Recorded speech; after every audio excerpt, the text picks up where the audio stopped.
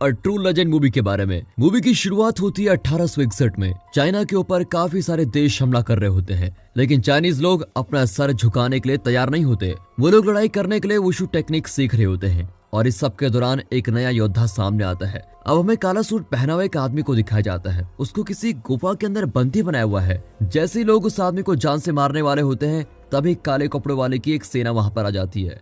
एक बहुत बड़ी लड़ाई होती है जिसमें काले कपड़े वाली सेना के लोग बिना किसी डर के लड़ाई कर रहे होते हैं। उसी सेना का हिस्सा होता है जनरल सू, जिसको लड़ाई करने के तरीकों के साथ साथ उसकी हिम्मत के लिए भी जाना जाता है। अब राजकुमार की जान बचाने के लिए राजकुमार सू से बोलता है, मैं तुम्हें अपना गवर्नर बना रहा हूँ। जिसके जवाब में सू बोलता है, राजकुमार मैं बहुत खुश हूँ कि आपने मुझे इस लायक समझा, लेकिन मैं चाहता हूँ कि आप मेरी पत्नी के भाई यॉन को गवर्नर बना दीजिए। लेकिन अब राजकुमार सू की बातें रोकते बोलता है, मैं ऐसा कुछ नहीं करूंगा। अगर तुम गवर्नर नहीं बनोगे तो मैं यॉन को यहाँ से बाहर निकाल दूंगा। अब ये बातें सुनकर सू ऐसा बिल्कुल नहीं करना चाहता। वो तो एक वुशु मास्टर बनना चाहता है। वो सभी लोगों को अपनी वुशु टेक्निक सिखाता है। अब सू यॉन को बोलता है, मुझे विश्वास है कि अगर मैं ऐसा करूंगा तो तुम जरूर ही गवर्नर बनोगे। और फिर शाम के समय सू वहां से चला जाता है। इस तरह करते करते 5 साल गुजर चुके हैं। अब यान सू और उसके परिवार से मिलने जाता है। सू और उसका परिवार खुशियों के साथ अलग ही रह रहा होता है और इसके दौरान सू अपनी मार्शल आर्ट्स को बेहतर करने में लगा हुआ है।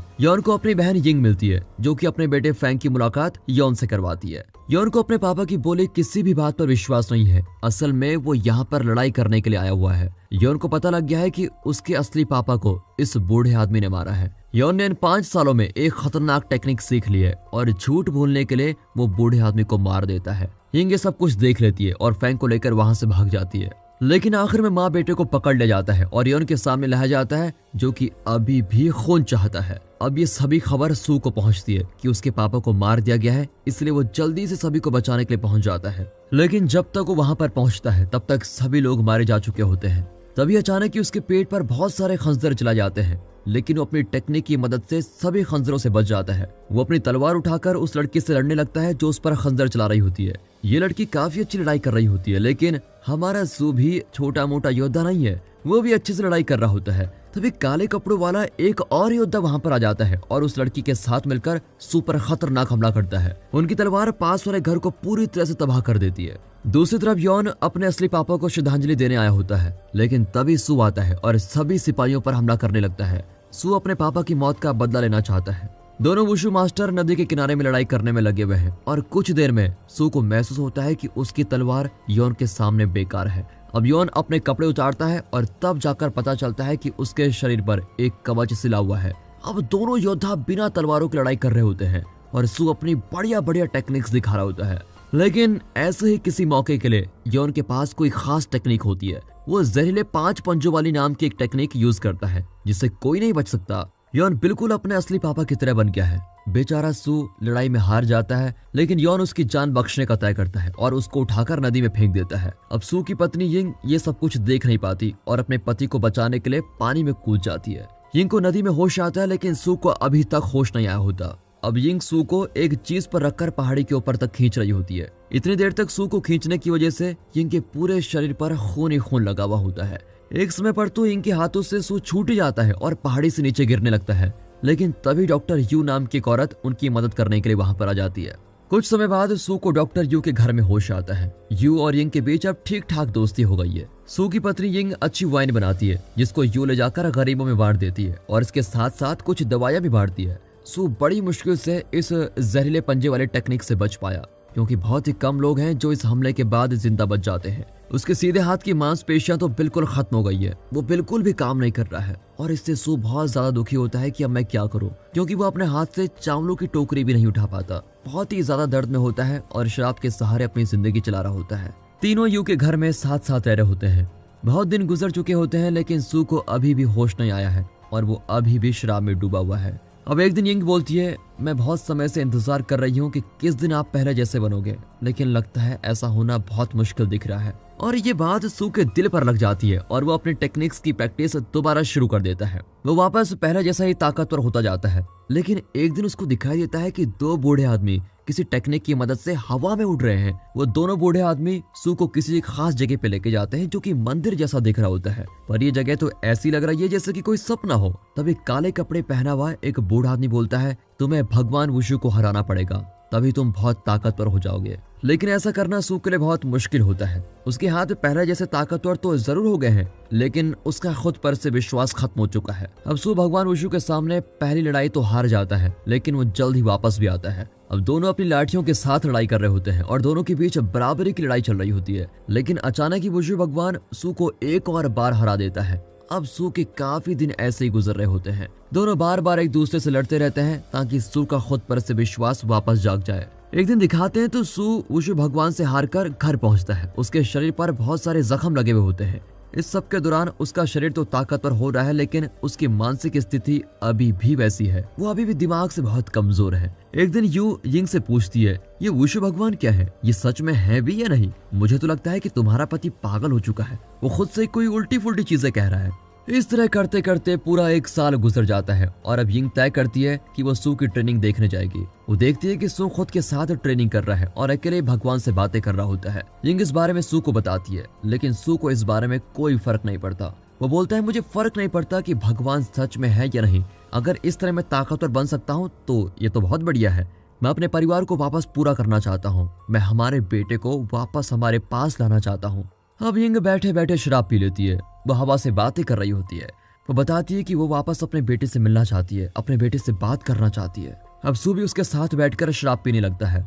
अब सू धीरे धीरे बहुत ही ज्यादा ताकतवर बनता जाता है। अब भगवान वुशु बोलते हैं, तुम्हारा खुद पर विश्वास वापस जाग गया है। मेरे हिसाब से तुम अपनी लड़ाई के लिए अब बिल्कुल तैयार हो। सू को महसूस होता है कि ये भगवान और बाकी सभी चीजें सिर्फ उसके दिमाग में है और ये इसलिए है ताकि वो खुद को ताकतवर बना सके। वैसे दोस्तों, बचपन में मुझे भी मार्शल आर्ट सीखने का काफी मन था। क्या आप भी मेरी तरह मार्शल आर्ट्स पसंद करते हैं? कमेंट करके बताइएगा। अब घर पहुंचकर सू को खत मिलता है जिसमें यिंग ने लिखा हुआ है कि वो अपने बेटे के पास वापस जा रही है। यिंग अपने बेटे के लिए वापस योन के पास आई है, लेकिन योन का ऐसा करने का कोई मूड नहीं है। इस सब के दौरान सू भी महल के अंदर पहुंच गया है और सभी सिपाहियों से लड़ने में लगा हुआ है। वो हमेशा की तरह ताकतवर दिख रहा होता है। तभी योन अपने आदमियों को बोलता है, तुम लोग यिंग को जंगल में ले जाकर जिंदा दफना दो। और इसके दौरान दिखाते हैं तो सू तो पहरेदारों से लड़ने में लगा हुआ है। यिंग को अब एक डब्बे में डाला जाता है और फिर उसको जमीन में जिंदा ही दफना दिया जाता है। जिन लोगों को पता था कि यिंग को कहाँ दफनाया गया है, उन लोगों को योन ने जान से मार दिया है। योन के दोनों बॉडीगार्ड्स को सू मार देता है और अब आखिरकार वो उस आदमी से लड़ पा रहा है जिसको एक समय पर वो अपना भाई मानता था। अब योन अपनी जहरीली पंजों वाले टेक्निक्स यूज करता है, लेकिन सू इतना ज्यादा ताकतवर हो गया है कि योन उसका कुछ भी नहीं कर पाता। सू योन को फिर एक गड्ढे में गिरा देता है जिसके अंदर बहुत सारे जहरीले सांप होते हैं। दोनों अंदर एक दूसरे से खूब लड़ने में लगे हुए होते हैं। सू योन के शरीर पर सिला हुआ थोड़ा सा कवच भी उतार देता है। अब सू अपनी मुट्ठी पर एक चेन बांधता है जिससे योन उसका सामना नहीं कर पाता। सू योन का पूरा कवच खींचकर निकाल लेता है और फिर एक जबरदस्त मुक्का मारता है। तभी सू का बेटा आता है और योन को ना मारने को बोलता है, क्योंकि उनको नहीं पता कि यिंग को कहाँ दफनाया गया है। सू जल्दी से जंगल में जाता है और बारिश की वजह से जमीन में दफनाया डब्बा उनको दिखने लग जाता है, लेकिन उसके पास इतना सारा समय नहीं है कि वो यिंग को बाहर निकाल सके। यिंग अब तक मर चुकी है और अब उसको कोई जिंदा नहीं कर सकता। अब सू एक शराबी बन चुका है और पागल भी हो गया है। उसका बेटा अपने पापा का ध्यान रखता है और वो कोशिश में लगा हुआ है कि उसके पापा पहले जैसे हो जाएं, लेकिन बेचारे की मेहनत का कोई फायदा नहीं दिख रहा होता है।